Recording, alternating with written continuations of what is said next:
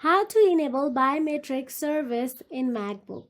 To enable biometric service like Touch ID on your MacBook, simply follow these steps.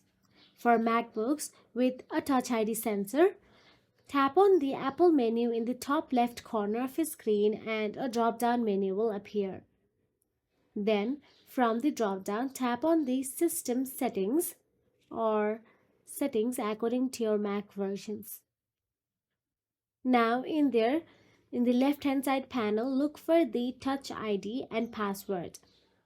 Now here, simply click Add Fingerprint and follow the on-screen instructions to place your finger on the Touch ID sensor until it is fully scanned.